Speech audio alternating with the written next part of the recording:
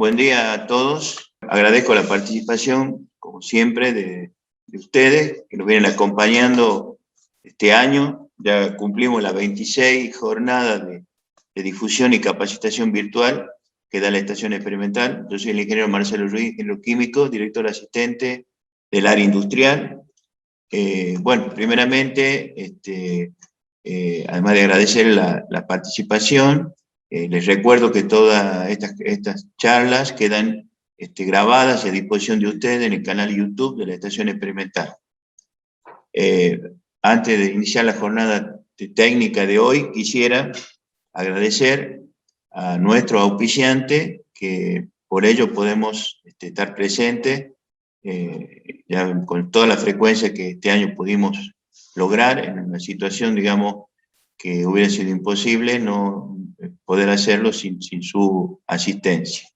Ellos son Adama, Agrosit, Agros, Atanor, Bayer, BWA, Campo Limpio, PM Agro, Proagro, Rotam, Speed Agro, Sumitomo Chemical, Sirgenta, Vivero Citrus, Vivero Quebrada en Lules, Yara y Zafra.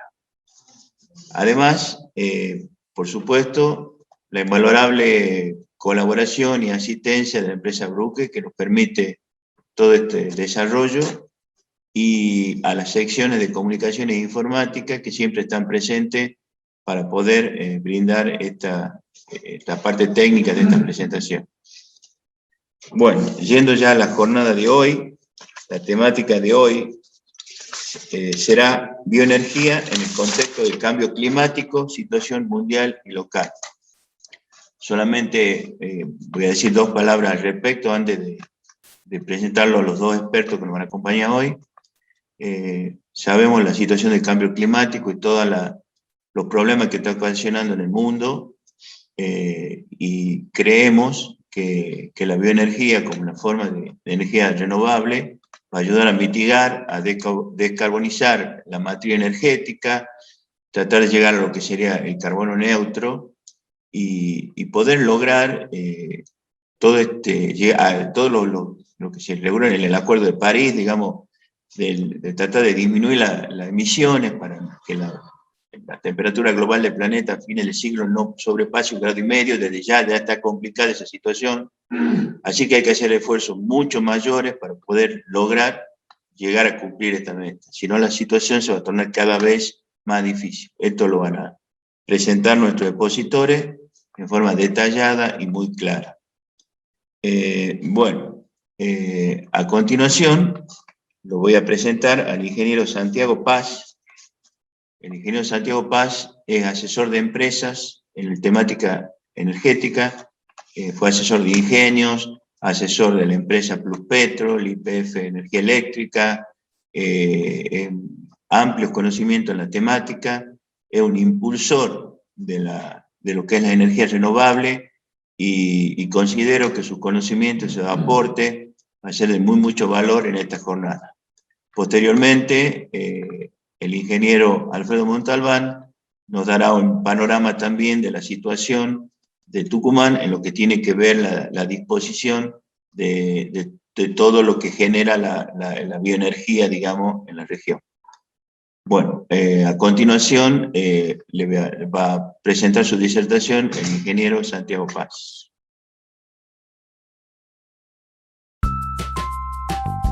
Todo comienza aquí.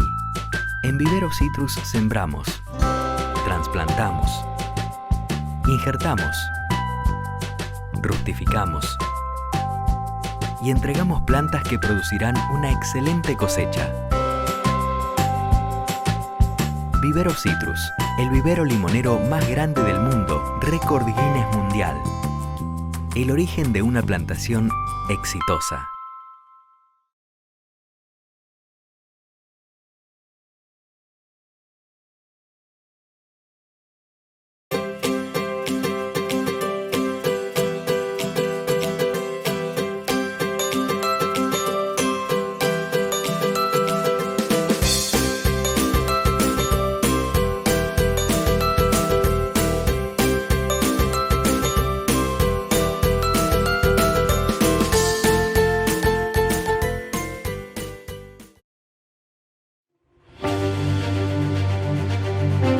descubrí Puracaña Baiyara, la solución integral que nutre de manera correcta y balanceada la caña de azúcar, asegurando un buen establecimiento y máxima longevidad de manera eficiente, rentable y amigable con el medio ambiente. Te invitamos a que conozcas lo que incluye la solución Puracaña Baiyara.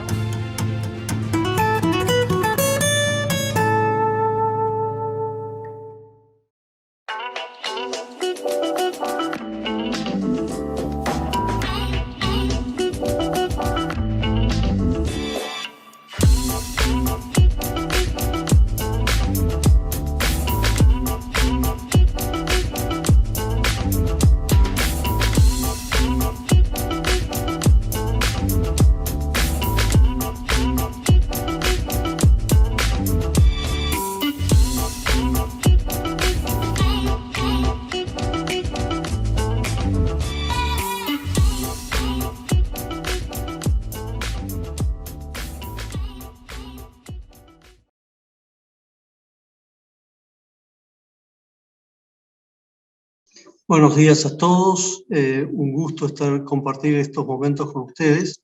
Mi nombre es Santiago Paz, me dedico al tema de energías renovables y hoy quisiera hablarles sobre el cambio climático y la caña de azúcar en particular, toda la problemática que se está dando a nivel mundial, por qué es tan importante, tan relevante que está en la cúspide de cualquier de las agendas de la dirigencia política internacional. Bueno, un breve repaso: ¿qué es el cambio climático? Vemos la incidencia de los gases de efecto invernadero. Los rayos del sol inciden sobre la superficie y parte de ellos se refleja en la superficie y vuelve hacia el espacio. Cuando tenemos gases de efecto invernadero, lo que producen es que reboten esos rayos y queden retenidos dentro de la atmósfera, y produciendo un aumento de la temperatura, lo cual es normal. Si no existiesen los gases de efecto invernadero, la temperatura de la Tierra sería 17 grados inferior a la que tenemos, y las condiciones de vida cambiarían radicalmente en la Tierra. El problema está cuando esos gases de efecto invernadero empiezan a aumentar, lo cual produce un calentamiento en la atmósfera y en la Tierra que puede agravar las condiciones de vida en el planeta. De los gases de efecto invernadero, la parte más importante es el dióxido de carbono, que se toma como referencia para medir cuál es la concentración que hay en la atmósfera. Hay estudios que se han hecho tomando muestras en capas de hielo, se remontan a 800.000 años atrás, y las concentraciones medidas en partes por millón de dióxido de carbono equivalente. Estamos viendo aquí en esta diapositiva cómo las concentraciones de CO2 en la atmósfera en los últimos 800.000 años han fluctuado entre 300 partes por millón y 150 partes por millón, alternándose. Cuanto más concentración hay, mayor temperatura en la Tierra y viceversa. Con esto se alternan periodos fríos y calurosos. Pero veamos qué es lo que ha pasado. Esas modificaciones que estaban acotadas entre 150 y 300, a partir de la era industrial, 1750, el hombre empieza a desenterrar carbono que está retenido debajo de la superficie de la Tierra, y a usarlo como fuente de energía, y sus emisiones entran a aumentar la concentración de gases de efecto invernadero. Aquí estamos viendo cómo han evolucionado ya desde los inicios de la era industrial. Arrancamos con 280 partes por millón, y miren cómo se disparan. Desde 1950 en adelante ya es exponencial. 2014 cruzamos el umbral de 400 partes por millón, y esto se refleja en los aumentos de temperatura en el planeta.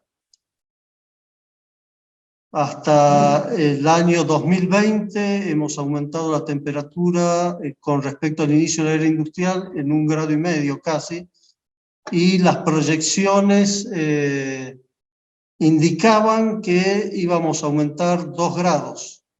¿Qué implica esto? Si uno toma en cuenta, por ejemplo, cuál ha sido la variación de temperatura desde la era de hielo hasta inicio de la era industrial, han sido 4 grados. 4 grados, y vemos cómo cambiaron las condiciones de vida en el planeta. Aquí, 2015, cuando fue el Acuerdo de París, se planteó poner un límite de 1,5 o no superar los 2 grados.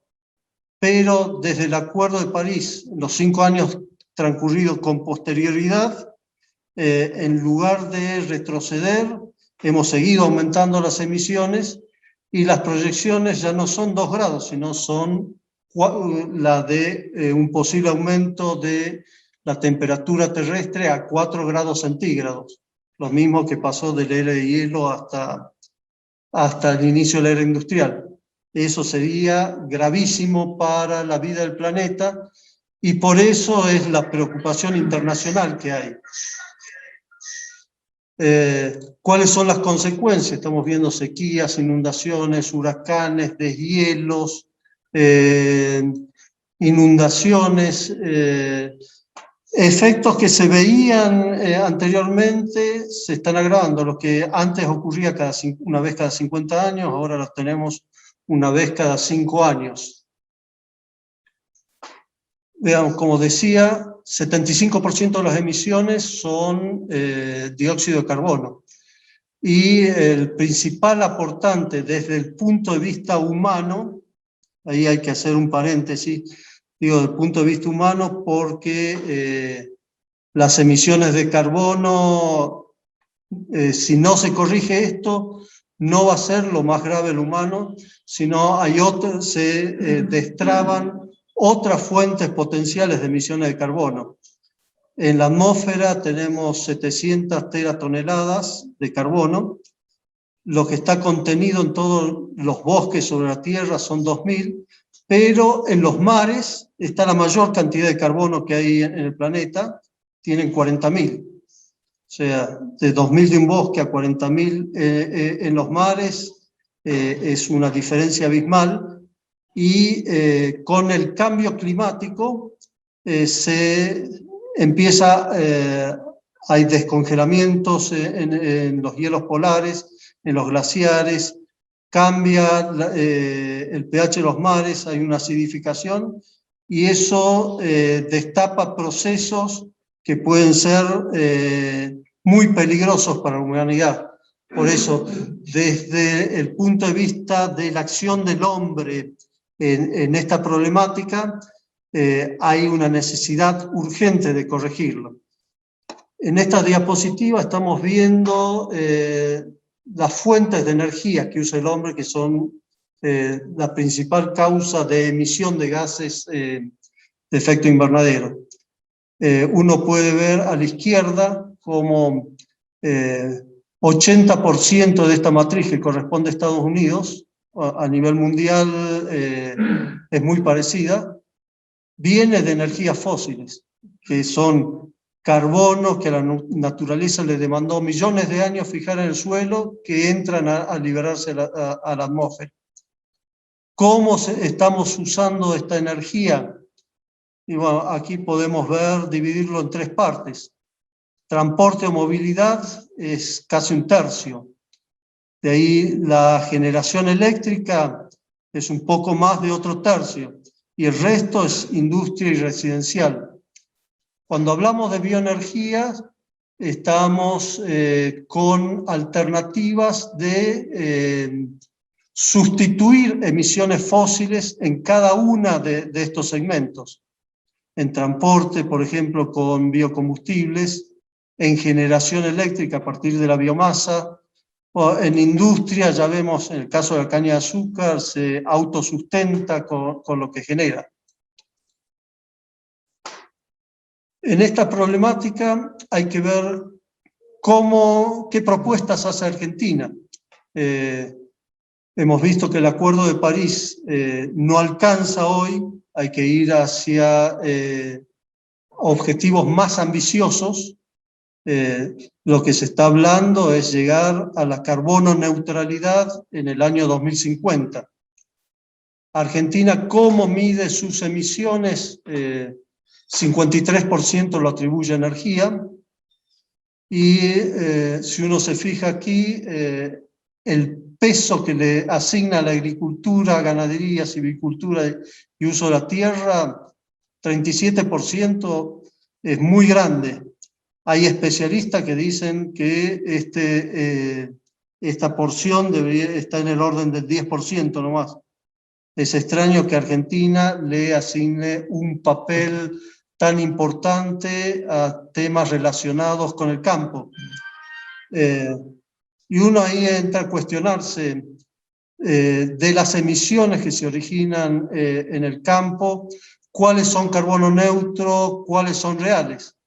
Porque la ganadería, por ejemplo, que es lo más criticado, las emisiones que tienen los vacunos, hay que ver de dónde proviene ese carbono. Y proviene nada menos que de los vegetales con los que se alimentan los vacunos, que al carbono lo han tomado de la atmósfera. No es un fenómeno como el de las energías, que están extrayendo carbono que estaba atrapado y liberándolo a la atmósfera. ¿Qué hace Argentina en sus propuestas para solucionar esta problemática? Cada país está presentando sus propuestas para mitigar el cambio climático. Si uno ve en esta diapositiva, Argentina estaba emitiendo, cuando se hizo el Acuerdo de París, estaba emitiendo en el orden de 400 millones de toneladas de dióxido de carbono equivalente, y la proyección tendencial que daba en ese momento es que íbamos a llegar a 600 millones, y el primer objetivo que se fijó Argentina era de reducir esa proyección a 483. Había una baja importante, pero sobre proyecciones, no sobre las emisiones reales, que a la luz de lo que ha pasado hasta el momento, vemos que no alcanza y que tienen que ser más ambiciosas esas emisiones. Acá tenemos 400, y vamos a reducirlas a 483. En este contexto, Argentina 2020 dice, bueno, tengo que ser más ambicioso y voy a bajar de las 400 que tenía cerca de 2015 a 359, o sea, bajar en el orden de 40 millones de toneladas. Pero veamos qué está pasando en Argentina. Tenemos la ley de biocombustible que impacta en el segmento de transporte, que hemos dicho que era 1/3 de las emisiones así a nivel global, en el segmento de energía. Pero en transporte, con el crecimiento esperado de la demanda y la reducción que hacemos en los biocombustibles, en lugar de bajar esas 40 millones de toneladas, solo en transporte estamos aumentando cerca de 20 millones de toneladas en el objetivo para 2030. Argentina se comprometió a hacer esas reducciones en la última cumbre que hubo el 22 de abril, en la que participó el presidente Fernández. Daba 2 objetivos: esa reducción para 2030 y la carbono neutralidad para 2050. Pero estamos viendo que en una parte importante, en lugar de reducirlas, las estaríamos aumentando. Veamos qué pasa ya poniendo el zoom hacia el tema de la caña en particular. Mucho se está criticando en estas acciones para mitigar el cambio climático el uso de la tierra, porque como vemos aquí, tomamos como ejemplo un bosque de 150 metros cúbicos por hectárea y con estos parámetros vemos su equivalente en carbono retenido por el bosque. Estamos en 40 toneladas por hectárea, que por supuesto que sí es mucho mayor que lo que retiene una hectárea de caña. Una hectárea de caña que con una productividad de 80 toneladas por hectárea de tallos, 12 de rastrojos, 92 toneladas de biomasa, tenemos 621. Pero este ciclo, la caña, lo realiza en un año. Las 40 toneladas en un bosque se acumulan a lo largo de 20 años. Eso, en esos 20 años, bueno, si el bosque no lo tocamos, va a tener retenido eso. Pero veamos, aparte de la biomasa, el producto principal de la caña son sus jugos. ¿Qué es lo que podemos obtener de sus jugos? Si uno tiene 80 toneladas de caña por hectárea, 80 litros de etanol por tonelada de caña, podemos extraerle 6.400 litros por hectárea de etanol de primera generación. Si uno toma los rastrojos, lo puede usar para generar energía eléctrica o para generar más etanol. Nos vamos a un potencial de 7.900 litros de etanol de primera y segunda generación. No, nos centremos en esta columna.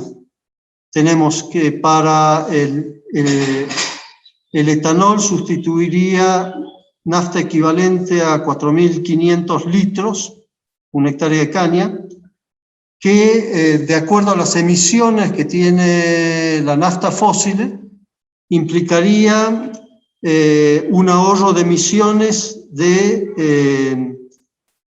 8.200 kilos de CO2 equivalente por hectárea.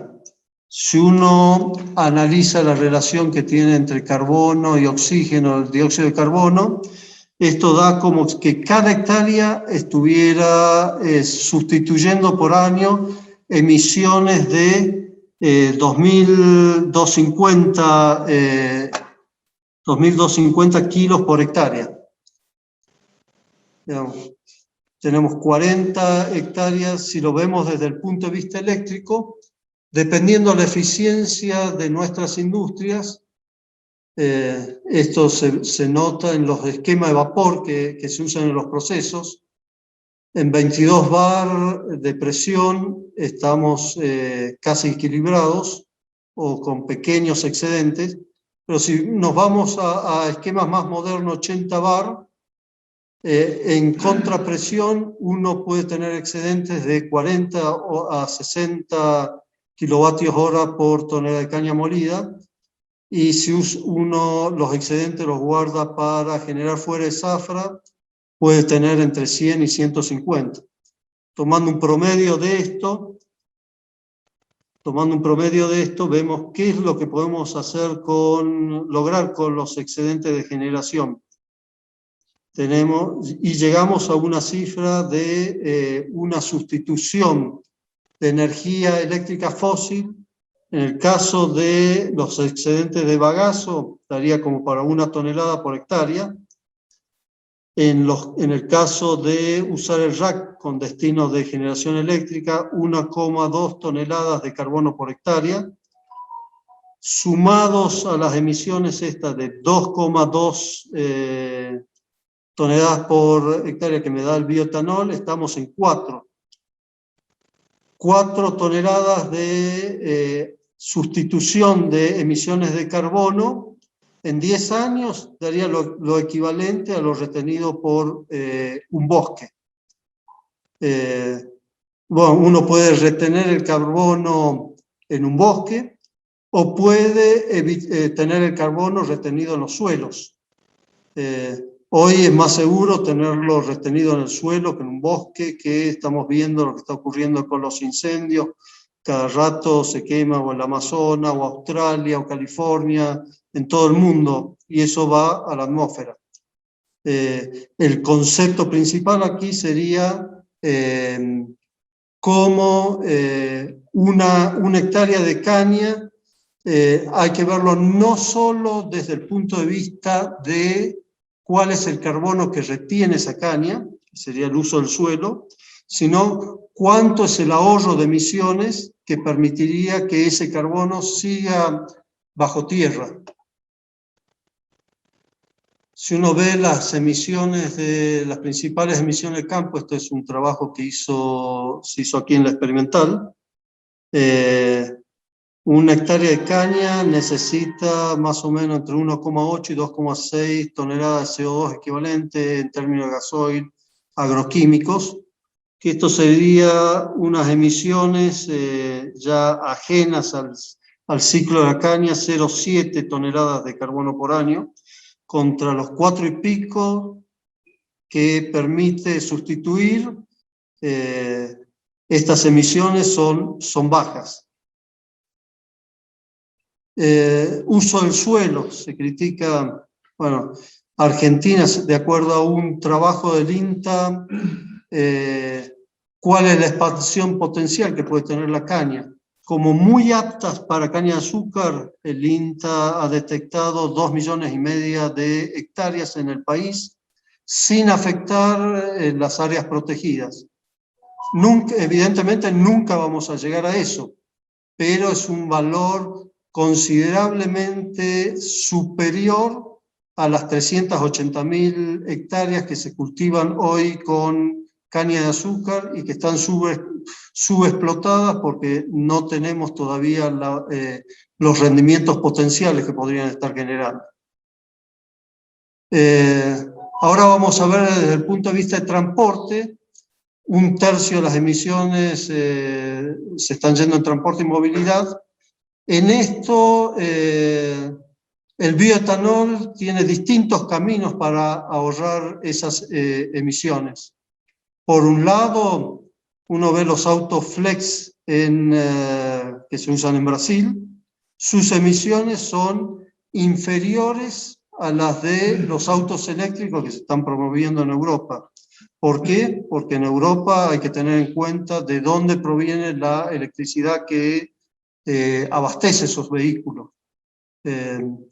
Y por otro lado, estamos viendo a nivel mundial un avance de la movilidad, ya en la próxima década, salir de los motores de combustión interna y pasar a la electromovilidad.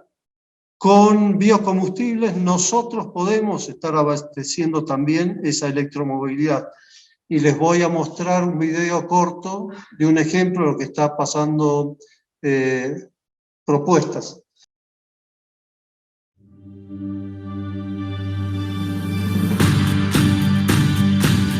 Nissan's goal is to realize a zero-emission and zero-fatality society. Nissan Intelligent Mobility is a strong drive to achieve these goals. This is a vision to make our cars more exciting by redefining how they are driven, powered, and integrated into society. Now, we are about to pursue the next step and apply our EV technology here in Brazil, using an alternative fuel source.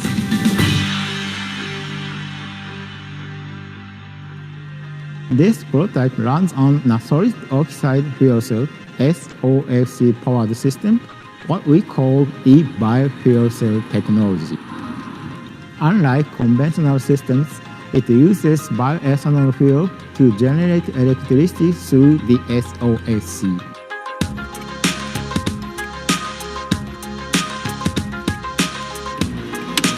This increases the driving range of our electric cars while reducing battery charge time. We think this is a natural next step for our intelligent power vision.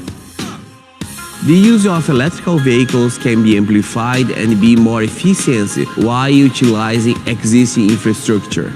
And that is where bioethanol fuel comes into play.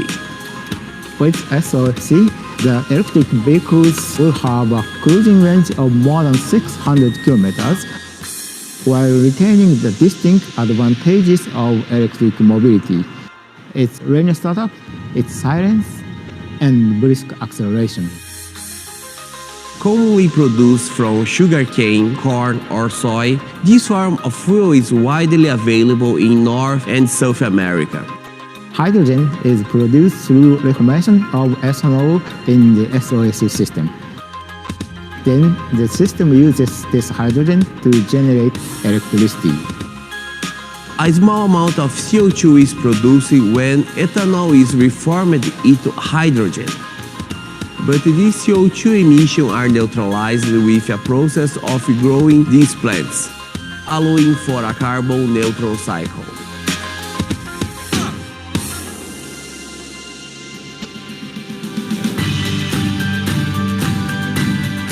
Nissan will continue to promote a future with intelligent vehicles and electrification. We expect our e-biofuel cell technology to be ready as early as 2020. Our EVs combined with alternative sources of energy will be clean, efficient, and fun to drive. We want to provide value to our customers by bringing exciting new ideas to our EV family.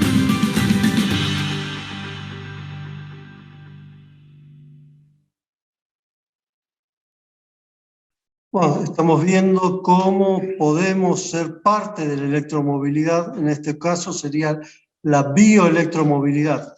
Electromovilidad es la solución que están adoptando la mayoría de los países, que es basada en energía eléctrica cargadas en baterías o a partir del hidrógeno.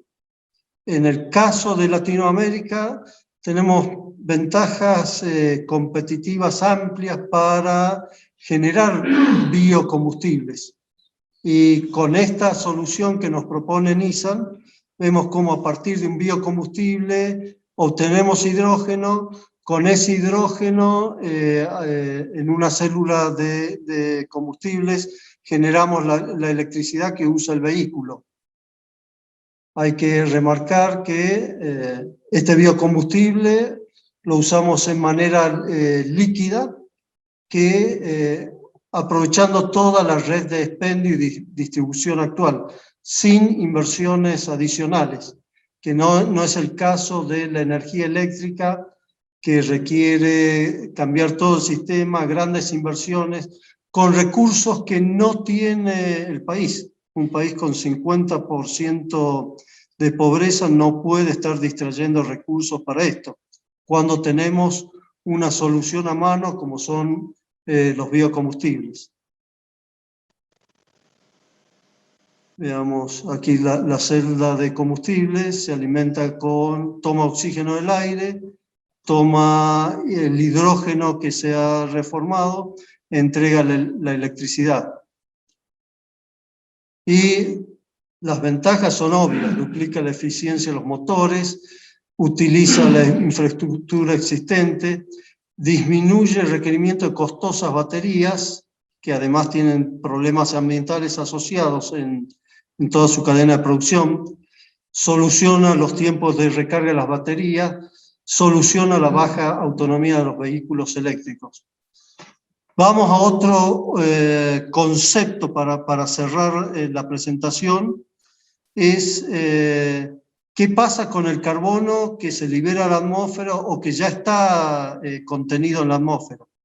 Una forma de capturarlo es mediante bosques, que hemos visto ya como con caña de azúcar, el ahorro de emisiones cada 10 años es equivalente a su equivalente en bosque. O veamos desde el punto de vista de las tecnologías que hay en el mundo para capturar carbono de la atmósfera. Hoy hay 17 plantas que operan a nivel comercial con costos que están en el orden de $600 por tonelada de CO2 capturado. Hay también proyectos pilotos que dicen que ese costo lo van a poder reducir entre 94 y $232, pero hay dudas también. ¿Qué pasa con el carbono que han capturado? ¿Cómo se lo fija de vuelta? Si uno ve en Argentina con respecto a este valor actual o al potencial, ¿qué está pasando con los impuestos que inciden sobre los combustibles? Y vemos sobre los combustibles fósiles, el impuesto sobre combustibles líquidos está en el orden de $87 la tonelada, el impuesto al dióxido de carbono, $5, la suma $92, es la sexta parte de lo que hoy cuesta, o incluso está por debajo de las expectativas más optimistas.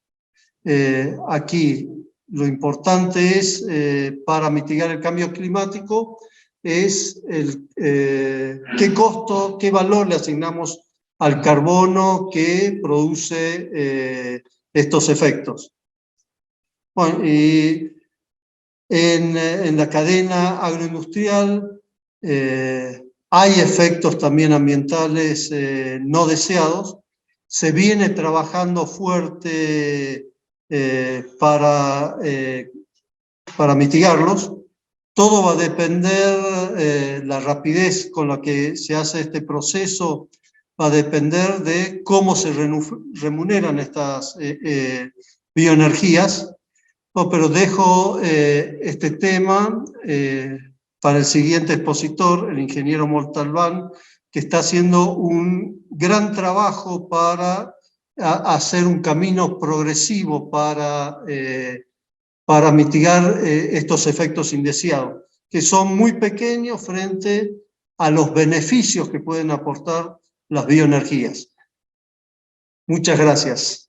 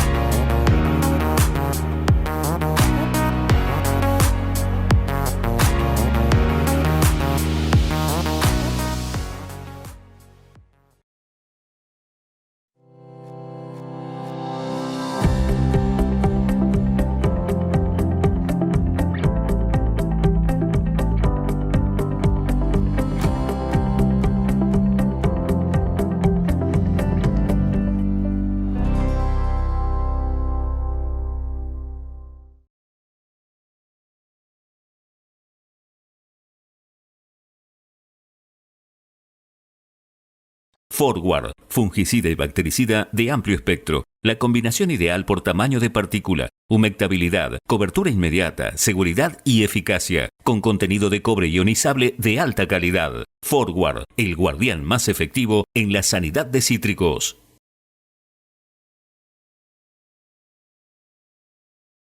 Voy a presentar al ingeniero Alfredo Montalbán, actualmente secretario de Medio Ambiente de la provincia de Tucumán. Es una persona que tiene mucha experiencia en toda la temática ambiental, desde hace muchos años que está con esta temática, que dado el incremento en la producción de Tucumán de biocombustible y otro tipo de productos agroindustriales, él, digamos, se ha dedicado a monitorear y a tratar de de controlar y que se puedan cumplir todos los dispositivos para que la producción tucumana tenga disposiciones sustentables de los mismos.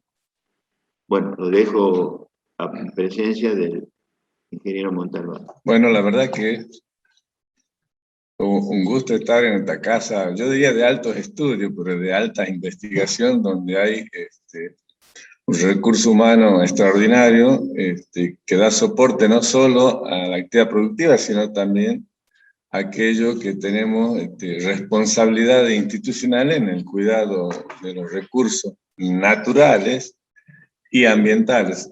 Por lo tanto, la idea de mi presentación pasa básicamente por trabajar y mostrar sobre la progresividad. No es sencillo plantear la no presencialidad. Es bastante complejo porque uno no sabe a quién le está hablando, y más aún, al no saber a quién le está hablando, no puede tener la comunicación empática. Y generalmente me gusta sorprender, y yo le pido que ustedes se sientan sorprendidos, y yo voy a también pensar que hay una escucha empática en esta presentación. Una presentación donde se habla a título personal, pero básicamente institucional en lo que ha sido estos últimos años, con la idea de ver y controlar las cuestiones ambientales. Si bien es cierto, cuando hay presencial trato de sorprenderlo para que haya una concentración permanente en los decires de quien está hablando, pero la idea de presentar hombrecitos sobre un hombre vacío, que es una estatua que se le hace un homenaje a Kafka en Praga, siempre creemos que las personas, al asumir un rol institucional o en una organización, somos los que fundamos, somos fundacional, y nos olvidamos que por atrás no es tan así. Al contrario, estamos siendo una consecuencia de los otros, de los demás. Por eso que, si bien es cierto, podemos sentirnos nosotros, desde el recurso hídrico, de la Secretaría de Medio Ambiente, fundacional en muchos temas, no es tan así porque estamos montados sobre gigantes que conocen un saber científico. Por lo tanto, la propuesta es, esa imagen que están viendo ahí nace y sale de un librito de un gran teólogo, La Palabra de Dios para los hombres de hoy, y desde la fe dice, nosotros podemos ver más allá que lo que nos dice el presente y el pasado. Porque estamos sobre gigantes que nos precedieron y estamos montados sobre sus hombros. Desde esa perspectiva pretendo marcar que el futuro que tenemos en esas nuevas realidades nos demanda mucha atención en lo que hace al cambio climático, adaptación a los indicadores del ODS para la calidad ambiental del agua. Estamos mirando justamente la necesidad de bajar el consumo de los recursos hídricos en el sector industrial, básicamente. Y recientemente creamos una mesa interministerial del cambio climático. Bajo esa situación de ese presente, las nuevas realidades hacia el futuro, estamos montados sobre organizaciones y personas que nos han llevado a esta situación. Lo que estamos viendo acá es el resultado de un trabajo de muchos años, pero al no tenerlo presente a ustedes, les pregunto qué es lo que están viendo. Yo diría, según Peter Segel, dice, uno no ve en el ambiente, ¿no? Uno no ve la naturaleza en sí misma, sino ve aquello que es capaz de cuestionar. Entonces los desafío a que en esta mirada me pudieran decir qué es lo que están viendo, y como no tengo esa devolución, yo voy a intentar responder por ustedes. ¿Qué es lo que están viendo? Están viendo un esquema sobre el lago o el embalse de Río Hondo, de un espejo de más de 33.000 hectáreas, donde tal vez lo predominante sea lo azul donde decimos hay oxígeno disuelto mayor o igual a 5. A su vez, podrían decir ustedes la situación meandrosa de los ríos, podrían decir ustedes, estoy viendo que el Gastona no desemboca justamente en el embalse, sino que se une al salir. Podrían decir que el canal troncal desemboca directamente al embalse.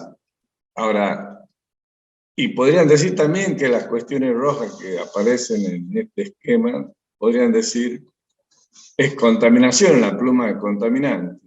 Y todo en esa mirada han llegado a un conjunto que no es más que la mirada de todo en las cuestiones ambientales, pero yo le quiero decir qué es lo que estoy viendo.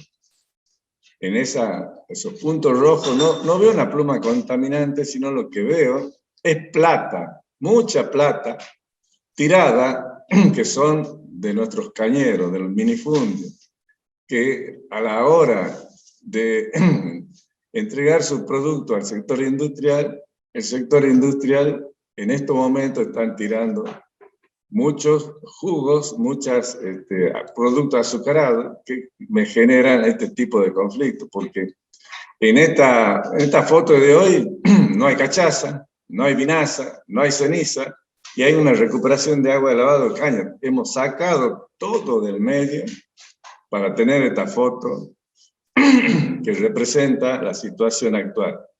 Hemos logrado sacar 2 millones de metros cúbicos de materia orgánica del sistema, que ha impactado en forma favorable en la recuperación de nuestros ríos y, por supuesto, del embalse del Río.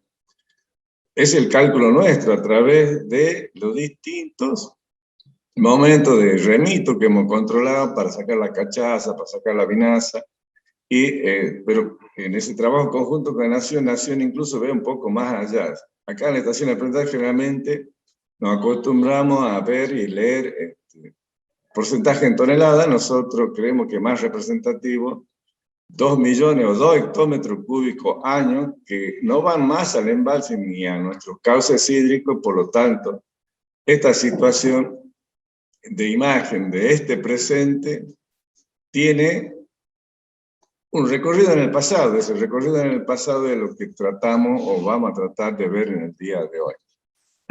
Justamente, hemos trazado una línea de tiempo donde tomamos algunos hitos, no todo porque sería casi imposible, pero sí la construcción de esa mirada al futuro está basada en aquellos momentos dentro de la historia donde se generaron decires, se generaron diagnósticos, se generaron propuestas para resolver esta externalidad que generaba el sector industrial y en especial el sector sucroalcoholero, impactando en nuestro río y en el embalse. Y digo nuestro embalse porque también hay que hacer una cuestión de pertenencia. El embalse de Río Hondo no es de los santiagueños, es de Tucumán y de Santiago del Estero. Entonces, y la mirada tiene que ser una mirada de cuenca necesariamente porque todo lo que pasa en la provincia impacta en la otra provincia.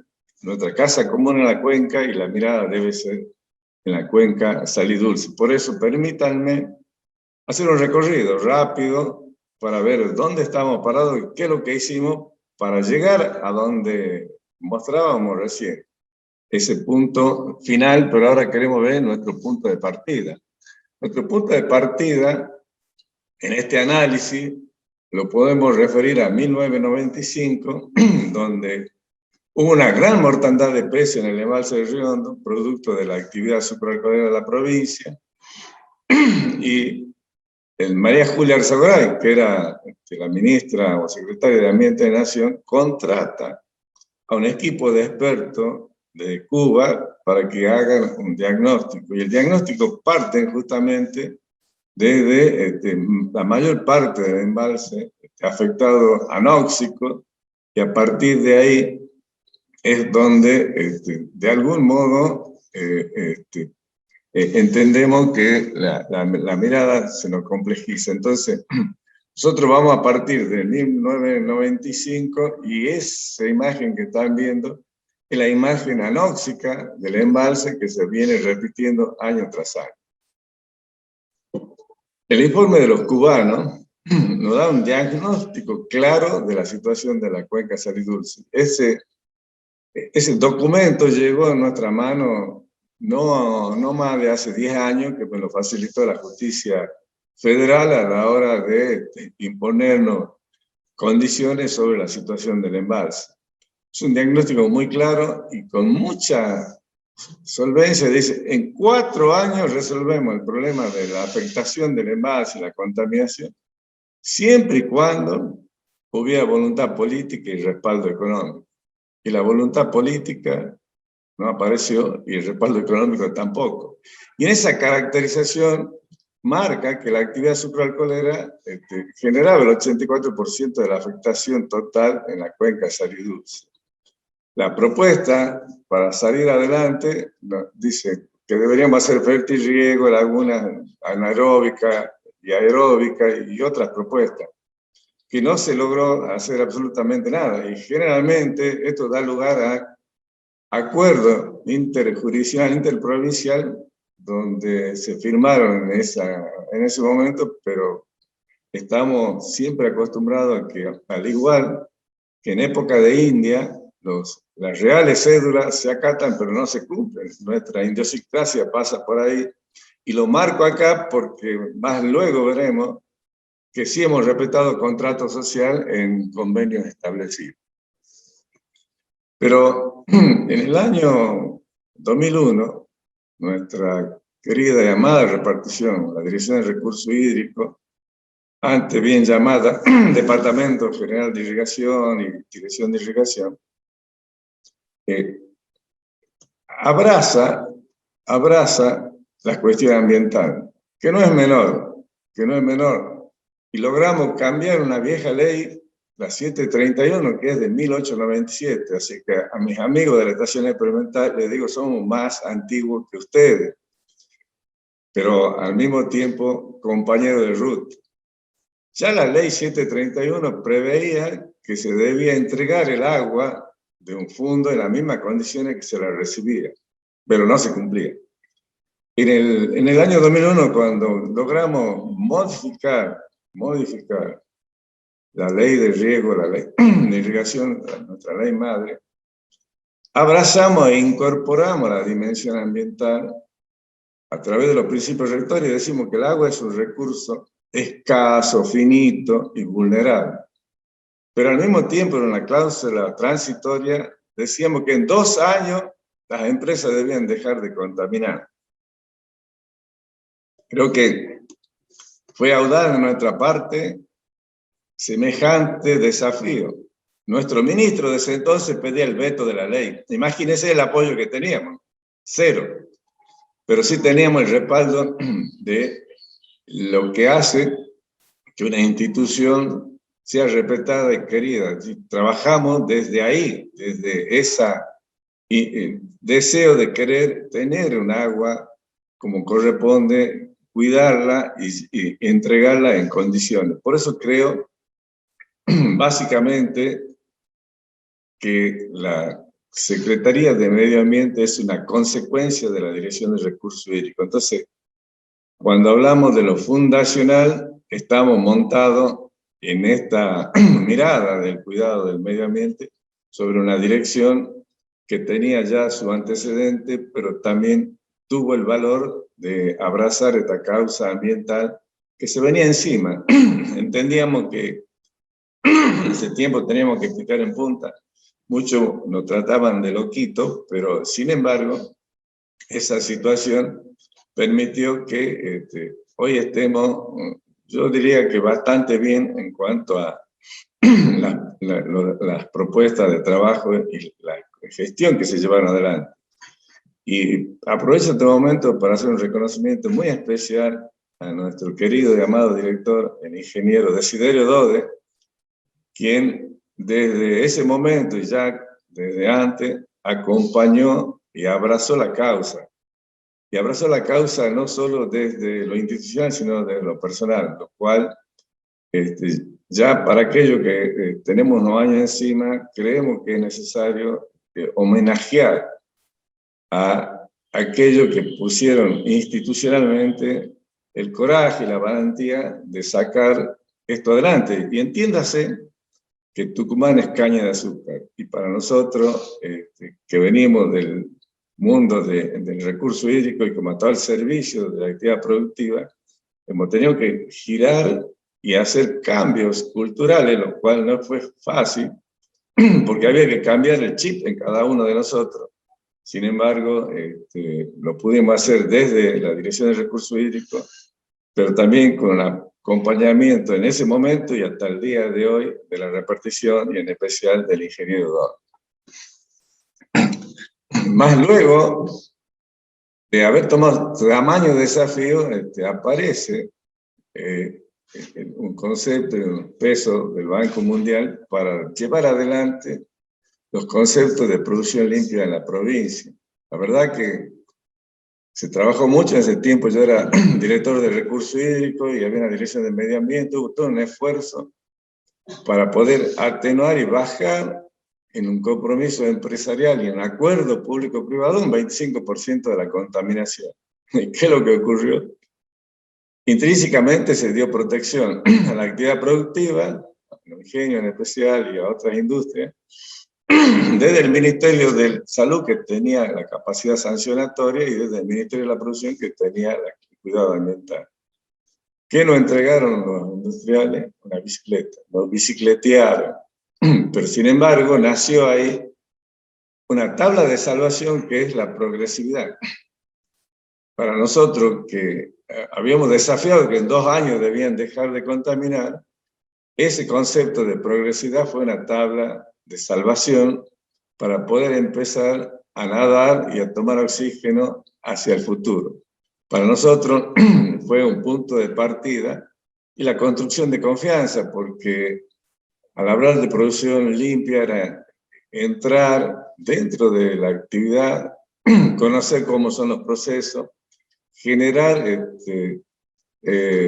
propuestas de cambio, formar recursos humanos. Nos formamos nosotros y formamos recursos humanos dentro de la industria como un arranque de aquello que hoy nos ocupa, que es el rol de la Secretaría, pero también en la progresividad para bajar los niveles de contaminación. Siguiendo en la línea del tiempo, en el año 2004 nace una ley muy complicada y difícil para nosotros y para el sector industrial, que es la colocación de dispositivos en las calderas, los filtros en los ingenios. El plazo era 1 año también, utópico por supuesto, pero nos llevó a que tanto la estación experimental como la universidad pudieran ocuparse del tema y mostrar que las calderas eran obsoletas en general. Por lo tanto, poner un dispositivo que en ese momento valían como $250.000 fabricado en Brasil, $150.000 fabricado acá en la metal mecánica nuestra, y tal vez mucho menos que cuando los mismos ingenios pudieron fabricar. Fue todo un proceso, porque no se podía poner dispositivos de un valor de $250.000 en caldera totalmente obsoleta. Era como muy complejo. Entonces el proceso demandó mucho más años, pero al mismo tiempo nos generaron otros inconvenientes. Y cuando uno tiende a resolver un problema ambiental, surgen 2 o 3 problemas ambientales asociados en esa respuesta. Y la verdad que fue complejo, porque nunca nos imaginamos qué hacer con la ceniza. Lo primero que se hizo es, de esa ceniza, porque era filtro húmedo, a los cauces hídricos, de los cauces hídricos al embalse. Y en algunos casos, donde cambiaron calderas nuevas con la capacidad instalada superior al requerimiento del ingenio para cogenerar energía, también nos causó una serie de inconvenientes en los ruidos, que se tuvo que trabajar luego en dispositivos para atenuar los ruidos. Es así que en el año 2006-2007, en esto de querer darle una mejor respuesta a la contaminación, nacen los programas de reconversión industrial, que nosotros pretendíamos, después de lecciones aprendidas, que siga siendo un programa de producción más limpia, producción limpia. Sin embargo, en el tiempo, Romina Piccolotti, secretaria de Ambiente de Nación, le cambió el nombre, lo cual nos permitió a nosotros, desde los distintos periodos en que aplicamos el concepto de producción limpia, de reconversión industrial, trabajar en un periodo interesante de 2 o 3 años con lo que fue los dispositivos en chimenea. Luego trabajé con lo que se pretendió hacer con la vinaza y ceniza, en la disposición transitoria, llevarla a piletones. Y en el tercer periodo, tercer seguimiento del programa de reconversión industrial, intentamos trabajar con los efluentes industriales, y también se incorporó ahí el concepto de parte integrante de los convenios de reconversión industrial, que es la vinaza cero, ceniza cero y recuperación de agua de lavado de caña. Y hoy, en este cuarto periodo, estamos trabajando ya con aplicación de tecnología para la valorización del residuo. En especial podemos nombrar el tema de calza, que está empezando a comercializar como fertilizante floreal vinaza como desecho de su producción. Y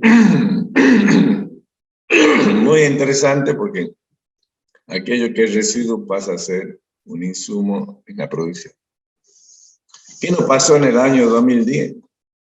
Un momento difícil para nosotros, porque lo que habíamos trazado en el cumplimiento y en los programas de reconversión industrial, hemos tenido un golpe de mortandad masiva de peces, masiva, y cuando decimos masiva, estamos hablando entre 4 y 7 toneladas de peces muertos que aparecieron en el murallón. La verdad,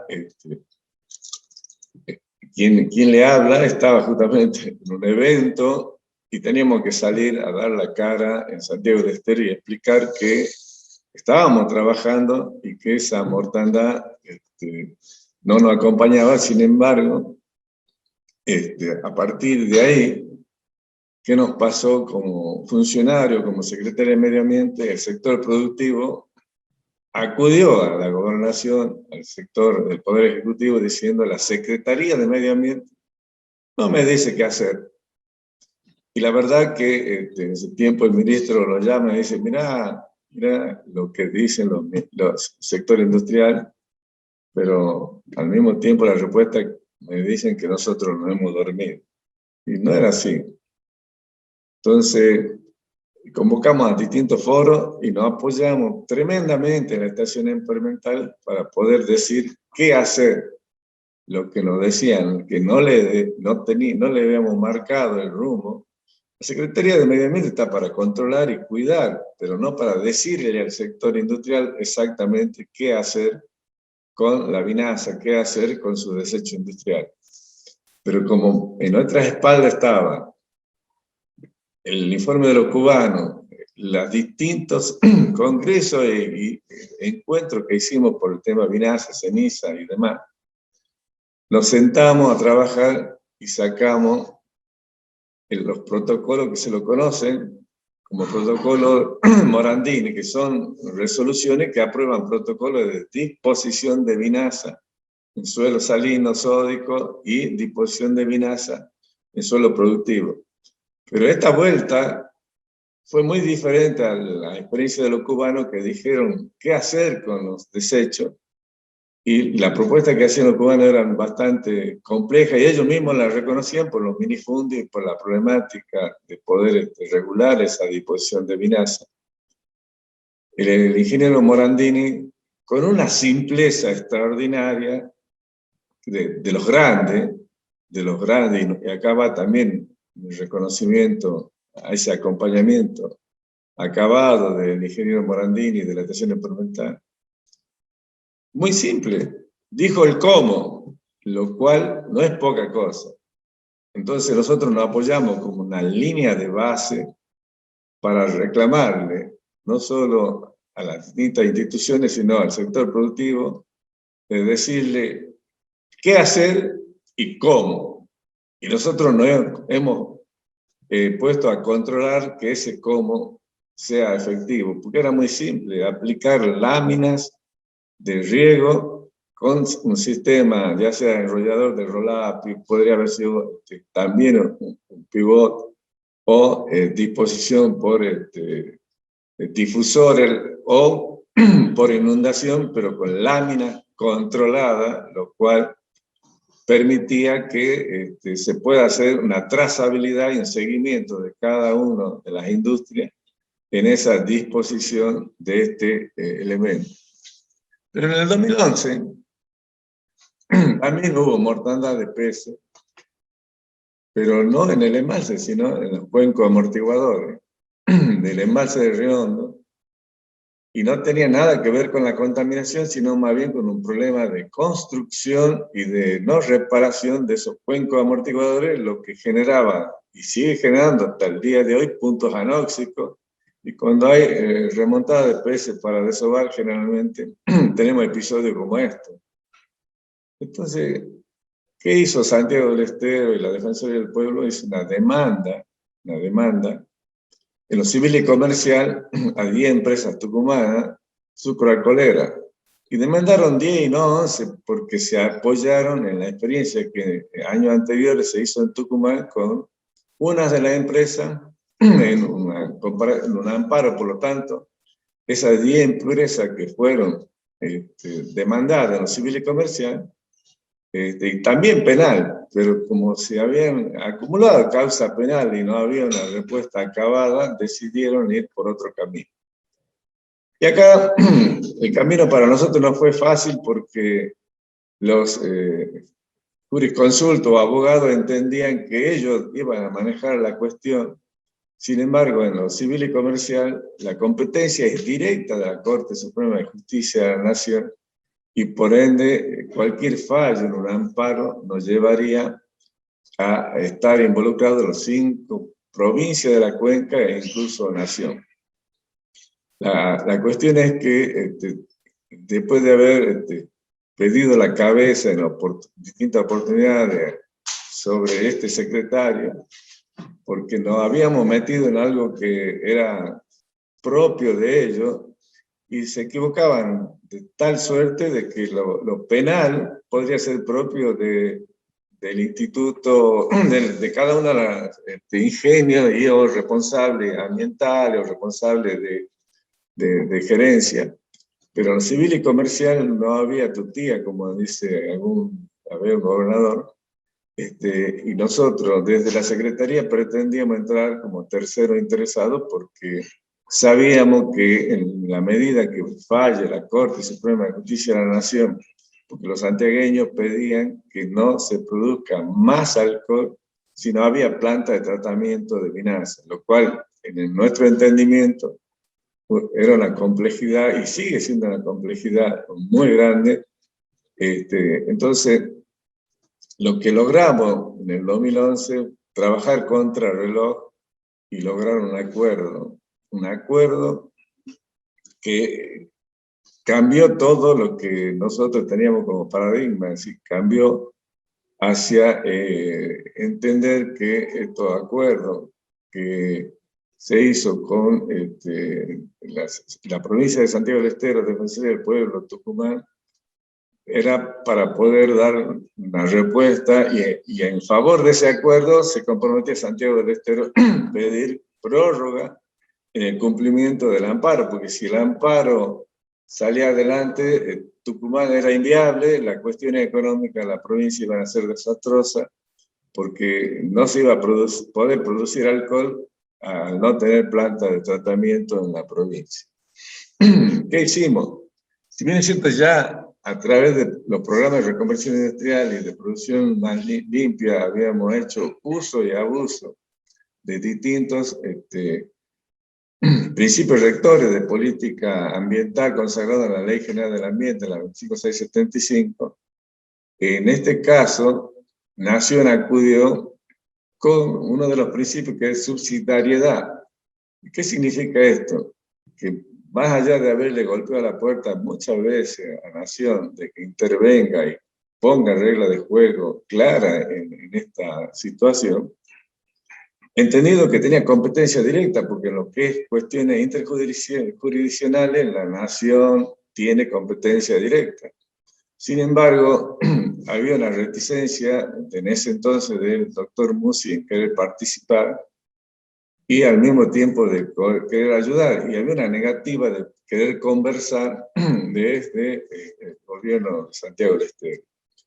Y esto requería una respuesta política muy fuerte, porque las cuestiones se resuelven conversando, y si no hay diálogo es imposible de arreglar en las distintas problemáticas.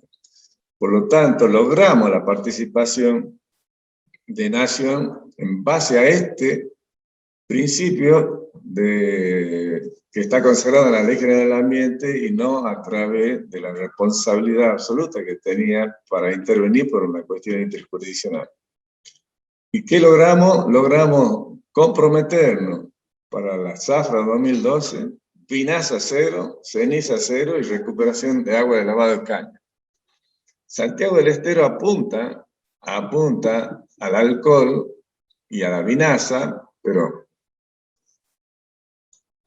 el problema que teníamos en ese momento no era la vinaza, porque ya habíamos logrado de algún modo retener la vinaza en piletones en distintas geografías de la provincia. Nuestro problema era la ceniza, que apareció en esto de querer corregir las emisiones de particulado a bajarla justamente con la Scrabble, que es su filtro húmedo, y este gran volumen de ceniza terminaba en los cauces hídricos y en especial en el embalse. Poder instalar en el discurso nacional y también de Santiago del Estero de que la ceniza era un problema nos costó bastante. Por eso que cuando se habla de vinaza cero, ceniza cero y recuperación de agua de lavado de caña, fue la oportunidad para nosotros ponerlo en el acuerdo cuando Santiago del Estero solo quería acuerdo con el tema de vinaza. Cuando hablamos de progresividad y decimos que la tabla de salvación es fijar metas temporales y objetivos muy claros y que uno lo monitorea y se va a cumplir.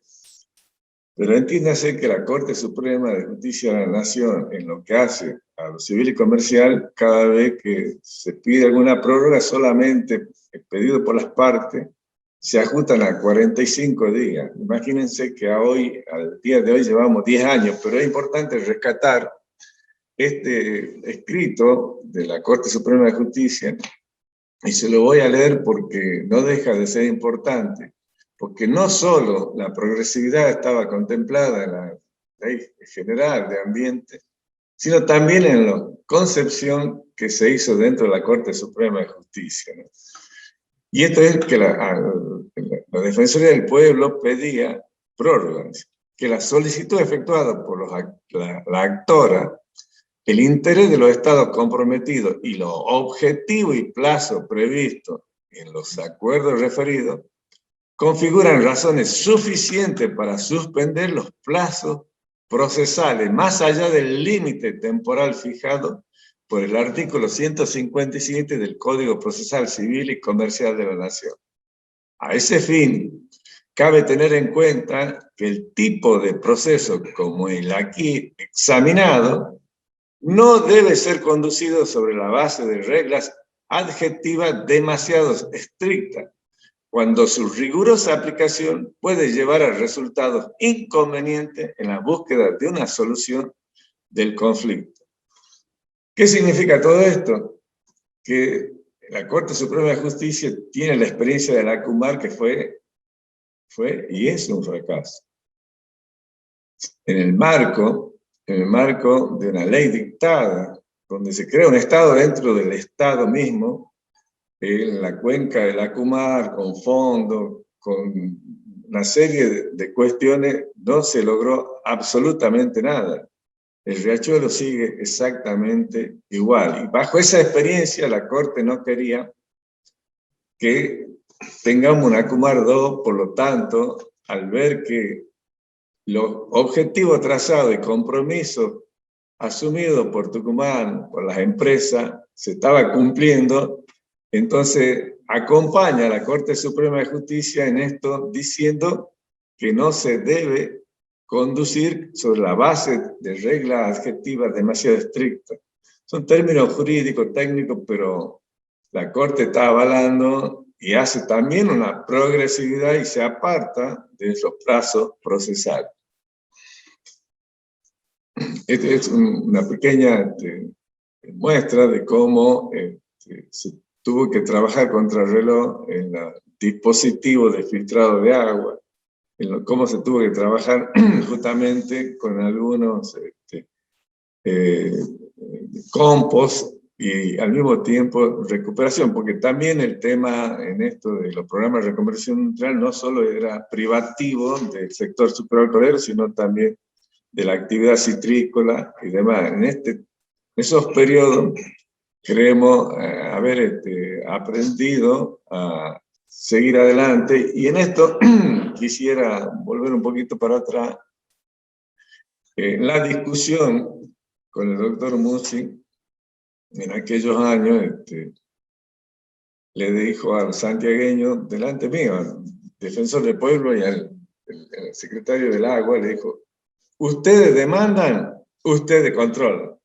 Y los santiagueños se miraban entre sí y me miraban a mí, porque se imaginaban poner un control de 15 personas en los ingenios 3 veces por día, y era una cifra tremendamente abultada. Nosotros concedimos en ese acuerdo que fue firmado por ley, concedimos la posibilidad de que nos ayuden al control. No, nunca dimos ni cedimos en el poder de policía, pero quiero que sepan que hace 10 años que Santiago del Estero entra y pasa por los distintos cauces hídricos, y en época de zafra por los distintos efluentes de la actividad, controlando y con una expertise que nos supera ya prácticamente.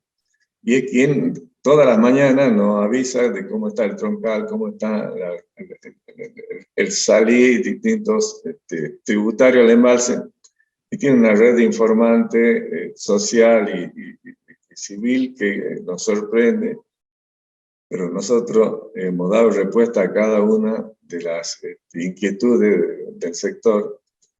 Pero el ustedes controlan también permitió que en esa construcción de confianza que teníamos con el sector público, con el sector privado en especial, permitió que pudieran entrar a ver cómo eran los procesos y a tener una actitud proactiva a partir de ahí. ¿Qué es lo que hicimos y venimos haciendo del año 2005 a la fecha?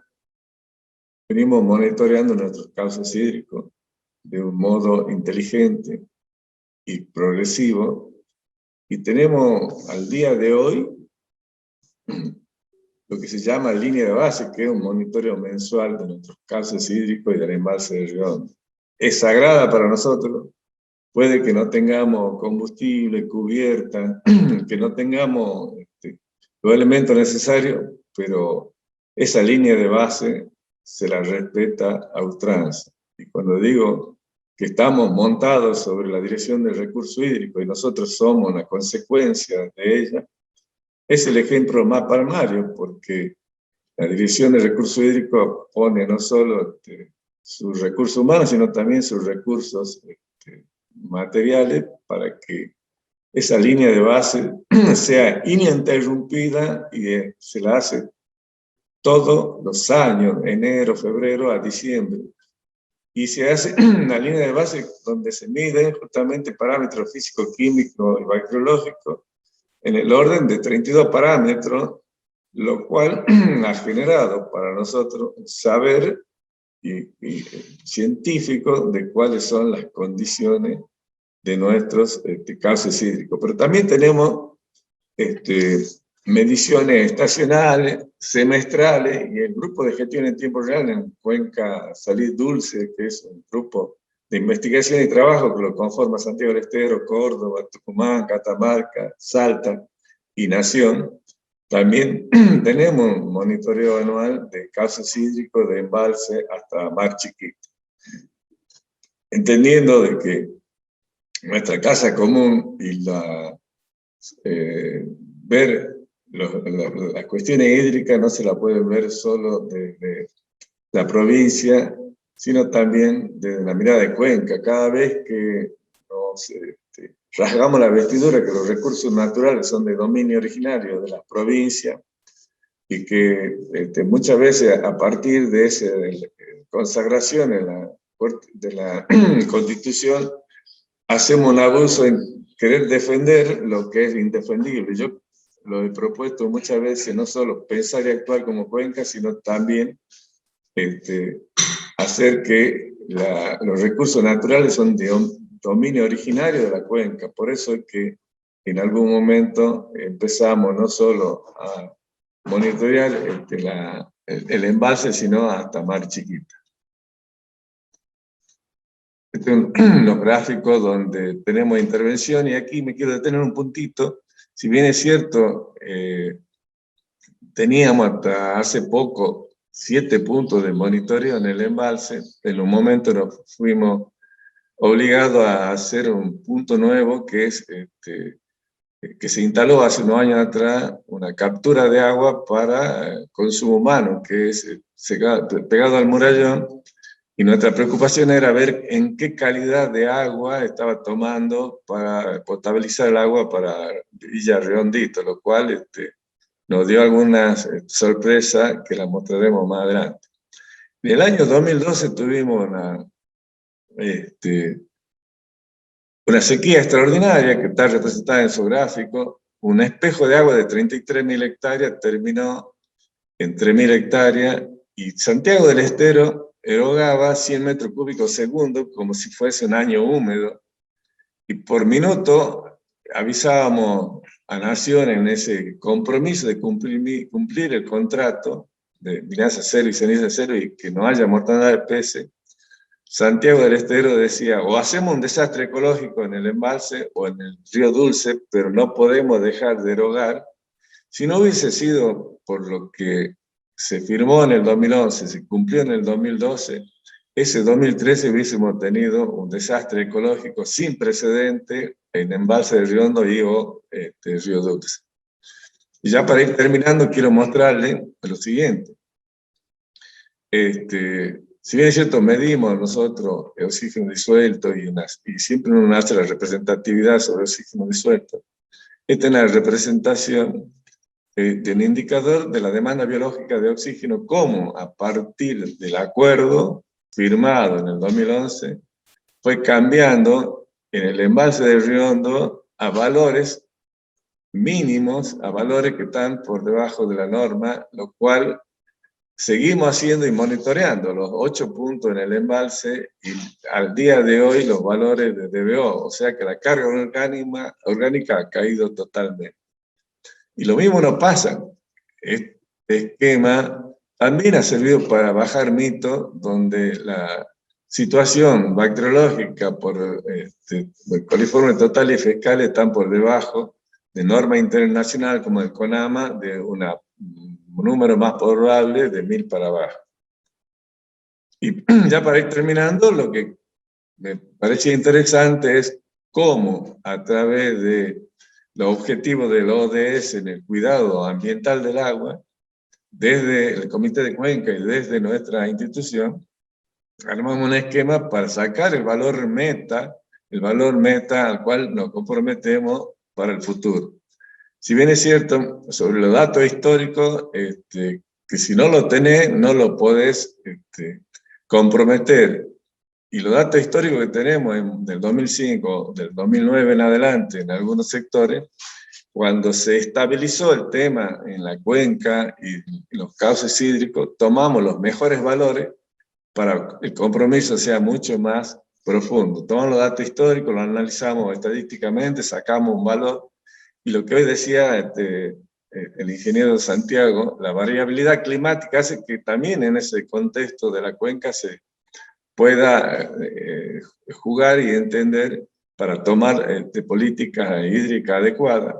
Sacamos un valor numérico, ese valor numérico lo hemos sometido ya al Comité de Cuenca y aprueba un valor final. ¿Qué significa esto? Que del saber científico estamos construyendo para la sociedad valores, y en realidad son índices que se lo puede controlar desde la sociedad, pero apoyado en el valor científico. Y eso nos pone en una dimensión interesante, la primera cuenca, la primera provincia que tiene valores meta comprometidos y firmados, no solo en la provincia, sino en la cuenca. Para final, estamos monitoreando Tamar Chiquita. En el día de hoy, nuestra gente está en Embalse de Riondo haciendo el monitoreo mensual. ¿A qué nos comprometemos? A trabajar y seguir trabajando para mejorar la calidad de nuestros recursos, pero esencialmente creemos que tenemos un desafío en la minimización y el uso racional de nuestros recursos en la actividad supraalcoholera. Creo que el cambio climático nos lleva hacia ahí y estamos decididos a que los ingenios supraalcoholeros bajen su consumo excesivo de agua para poder estar a la altura de las circunstancias cuando tengamos sequía extraordinaria. Muchas gracias. El costo por hectárea más bajo. La eficiencia de aplicación más alta. El sistema SpeedAgro lleva la eficiencia de aplicación de un 45 hasta un 70%. Bienvenido a la era de la máxima eficiencia.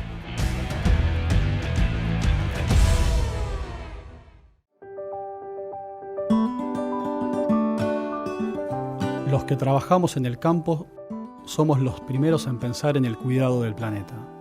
Porque lo tenemos adelante, porque lo llevamos adentro, porque es nuestra vocación.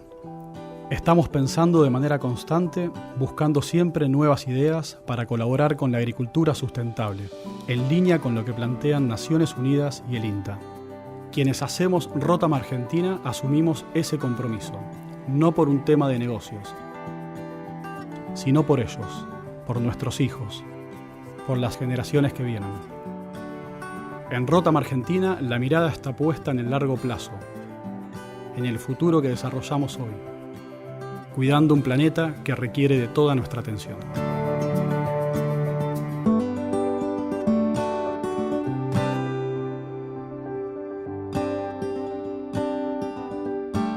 Rotam Argentina. Innovación tierra adentro. ¿Conoces cuál es tu rol en el tratamiento de envases vacíos de productos fitosanitarios? La Ley Nacional 27.279 evita que los envases sean abandonados en el campo y establece responsabilidades a todos los actores de la cadena. Las empresas que producen fitosanitarios son las responsables de implementar y financiar el sistema de gestión integral de envases vacíos de fitosanitarios, teniendo en cuenta todo el ciclo de vida del envase. Si sos productor, debes lavar los envases que usaste en el momento de carga de la pulverizadora, a través del triple lavado o lavado a presión, y almacenarlos adecuadamente hasta llevarlos al centro de almacenamiento transitorio más cercano. También podés sumarte a las campañas de recepción itinerante de envases en tu zona. Si sos distribuidor, podés colaborar con la difusión de la información o con la administración y gestión de un centro de almacenamiento transitorio. Todos somos responsables de tener un campo más limpio.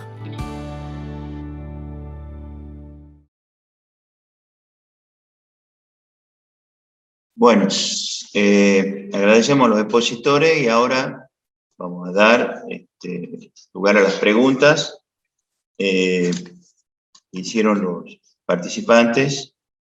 Primero, para el ingeniero Santiago Paz, ¿cuál considera que sería la medida más efectiva para lograr la mitigación del cambio climático?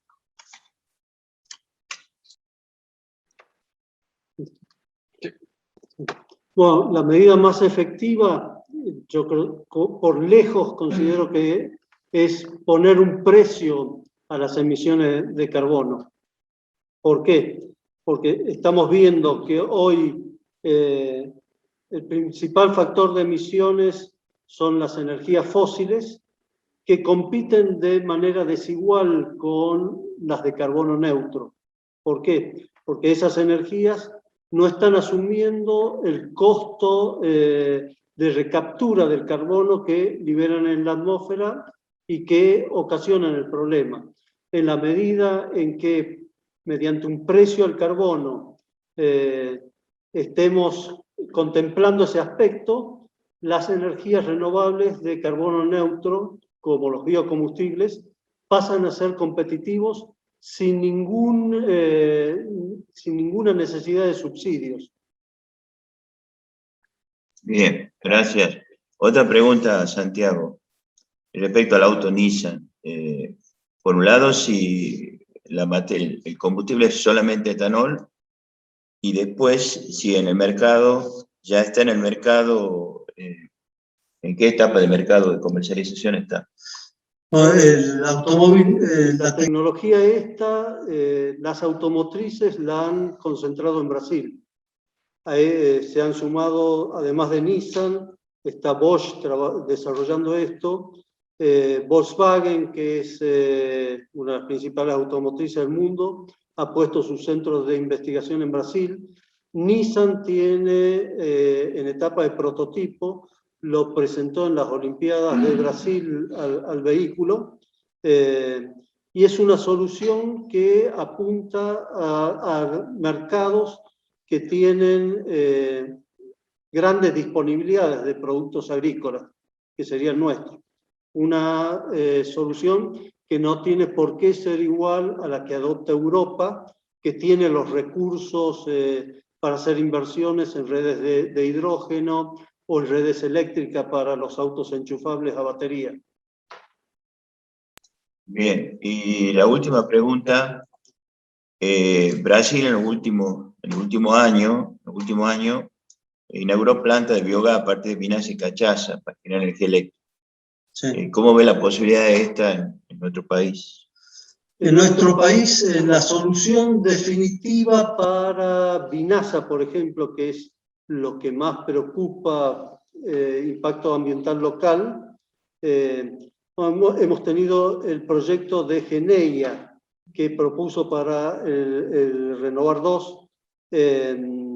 Bueno, son proyectos, soluciones técnicas que ya están disponibles a nivel mundial, pero tienen periodos de repago largos que exigen que haya seguridad jurídica para poder afrontar esas inversiones. En Argentina eso estuvo un poco detenido por los vaivenes que hubo detrás de la ley de combustible. No salió del todo satisfactoria como se requiere para estas soluciones, pero, no sé, ya es un punto de partida. Y respecto a generar biogás o generar directamente energía eléctrica, son dos caminos igualmente aceptables. En Brasil quieren hacer biogás para inyectarlos en las redes. Aquí podemos generar perfectamente energía eléctrica concentrando la vinaza y quemándola con un combustible suplementario como el bagazo en calderas especiales para ello. Bueno, muchas gracias, Santiago, por tu participación y el conocimiento que has podido volcarnos. Sí, un gusto. Hasta luego.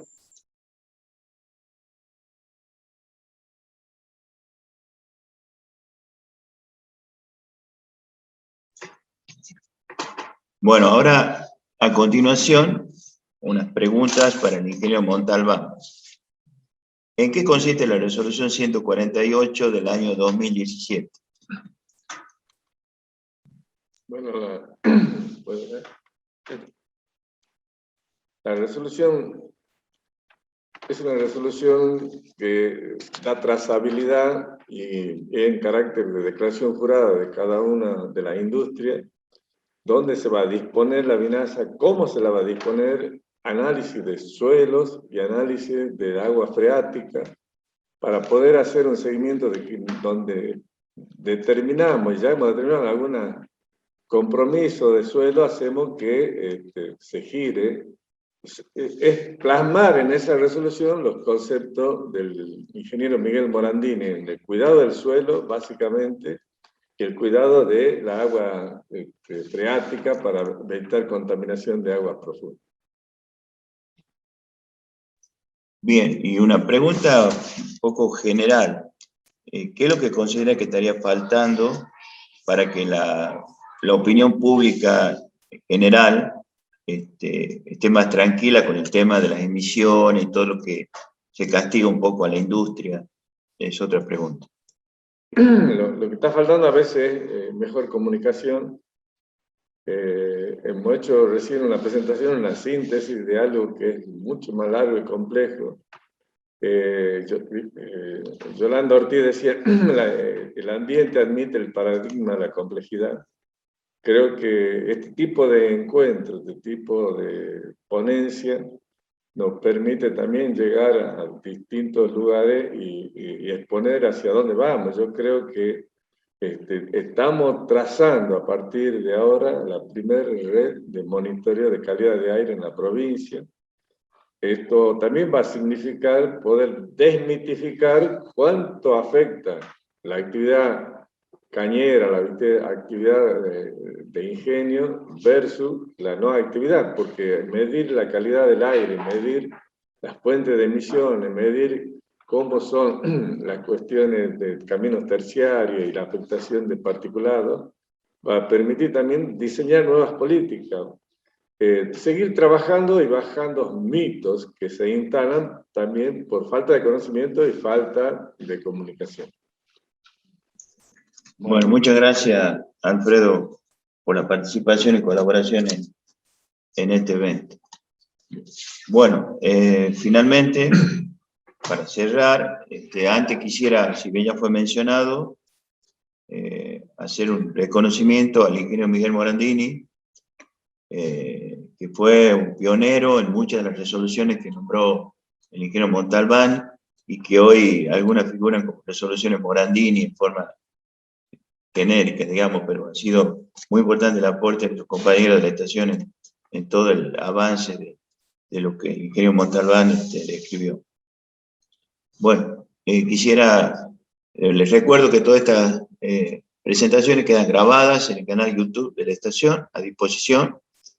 Y bueno, finalmente, además de agradecer a la empresa Brugge y a las secciones de informática y comunicación en la estación, a nuestros auspiciantes, a Dama, Agrosita, Gross, Atanor, Bayer, BWA, Campo Limpio, PM Agro, Proagro, Rotan, Speed Agro, Sumitomo Chemical, Singenta, Vivero Citrus, Vivero Quebrada de Lule, Yara y Safra. Gracias a ellos podemos continuar con todas estas presentaciones que consideramos que son de mucha utilidad al medio. Finalmente, la semana que viene, el 22 de septiembre, a las 9 horas, la temática va a ser diversificación varietal en el área cañera de Tucumán, con la presencia del doctor Santiago Ostengo, su programa de mejoramiento genético de caña de azúcar de Tucumán, la presencia del ingeniero Gustavo Erimbaue del Complejo Azucarero Concepción, el ingeniero agrónomo Aníbal Acevedo de Granero S.A. y el ingeniero Santiago Moyano Paz de Bulacio Argentina. Bueno, muchas gracias por su asistencia y participación y los esperamos en el próximo evento.